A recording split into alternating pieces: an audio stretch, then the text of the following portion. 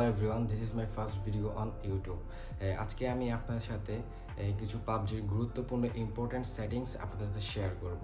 তো যে সেটিংসগুলো করলে আপনারা আপনাদের গেম প্লে আগের থেকে অনেক বেটার হবে, লাইক জাইরোস্কোপ সেটিংস এবং সেন্সিটিভিটি, যেটা খুবই ইম্পর্ট্যান্ট একটা জিনিস পাবজির মধ্যে।